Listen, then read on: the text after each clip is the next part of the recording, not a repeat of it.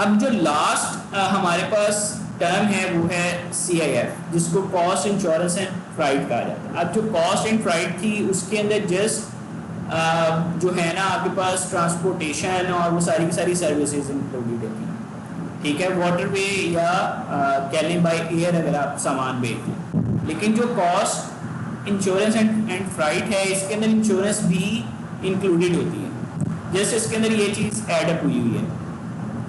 Cost insurance and freight means that the seller delivers the good on board the vessel or procures the goods already sold delivered.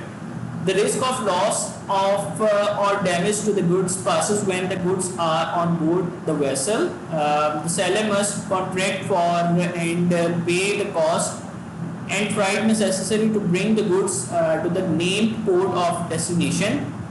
This rule is to be used only for sea and or inland waterway transport. Just insurance इसके अंदर add है, बाकी same as it is cost and freight वाला इसके अंदर procedure है। Explanation भी इसकी डिस्कस कर लेते हैं, जस्ट मैं इसको रीड आउट कर रहा हूँ। If explanation of the terms के अंदर है कि इन CIF transaction, the seller is obliged to arrange for the movement of the cargo to the named destination, and since CIF may be used only for waterway transport, this destination must be destination accessible through waterways. As part of fulfilling this obligation, the seller must do not export clearance formalities, pay for the transportation from his door to the named and agreed destination, and enter into the relevant contract of carriage with the various carriers, obtained and pay for cargo insurance, takes care of any and all export permits, quotas, special documentation relating to the cargo, pay for the loading and unloading cost of the cargo on and from the ship. अब एक चीज़ है कि just एक जो insurance वाला point है ना वो इसके अंदर ऐड किया गया, बाकी वो कॉस्ट एंड फ्राइट वाला ही इसके अंदर सिनेरियो है।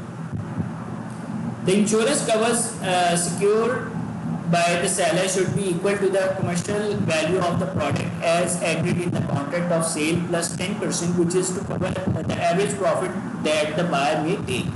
अब ये जो इंश्योरेंस होती है ना इसके अंदर इन्होंने कमर्शियल वैल्यू भी इसकी ऐड की होती प्रोडक्ट की, और 10% जो प्रॉफिट अगर बायर उसको सेल करके अर्न करना चाह रहा हो तो वो भी इस इंश्योरेंस के अंदर ऐड हुआ होता है कि अगर कहीं कोई नुकसान हो गया या कोई डैमेज हो गया तो वो इंश्योरेंस इस सारी की सारी चीज़ को कवर करती है। This is crucial for the buyer and seller to understand that in a CIF transaction, the risk passes from seller to buyer once the seller delivers the cargo on board the performing vessel, whereas the cost up to the named destination will still be for the seller. In a CIF transaction, the buyer takes care of any transport movement past the agreed place of destination, including on carriage, the risk from the time the seller delivers the cargo on the board the ship, any and all import permits, quotas, special documentation relating to the cargo, import custom clearance and all related formalities. वही चीज़ें हैं same to same, just insurance वाला point था उसके अंदर add up हुआ, बाकी सारी की सारी जो चीज़ें हैं बायर के एंड से जो होनी है वो सेम एज इट इज ही हैं इसके अंदर CIF के अंदर। In CIF, since the contract of carriage is arranged by the seller at his expense, it is normal for the seller to use his service contract and also prepay the cost of the freight up to the destination. CIF terms could generally end at a seaport in the destination country or a feeder port in the same or another country. In CIF terms, the seller is obliged to provide the buyer with the required transport documents such as a bill of lading as proof of delivery and termination of his risk. The bill of lading so issued must cover the contracted goods and must be dated within the agreed period of shipment. Based on mutual agreement, this bill of lading might also be issued as a negotiable document in case the buyer wants to sell the cargo further while in transit. इसमें provide price क्या है वो देख लेते हैं. If you are the buyer buying on CF terms, it is imperative that you understand that the seller only has to provide minimum insurance, usually institute clause C, which is most cases may be insufficient. जो C clause के मुताबिक जो insurance होती है ना वो सबसे minimum होती है. जैसे हमने एनी मोड ऑफ ट्रांसपोर्ट वाले सेक्शन में इंश्योरेंस वाली टाइप के अंदर देखा था. Therefore, it may be good to negotiate with the seller to take additional covers such as clause A or B of the institute cargo clauses or many similar clauses, and or cover complying with the institute war clauses and or institute strikes clauses or any similar clauses. This additional cover would be at the buyer's expense, while the seller is obliged to only provide minimum cover. The seller must ensure that the insurance cover is for the entire duration of the carriage till the named destination and not just till where the seller's risk end on board the ship.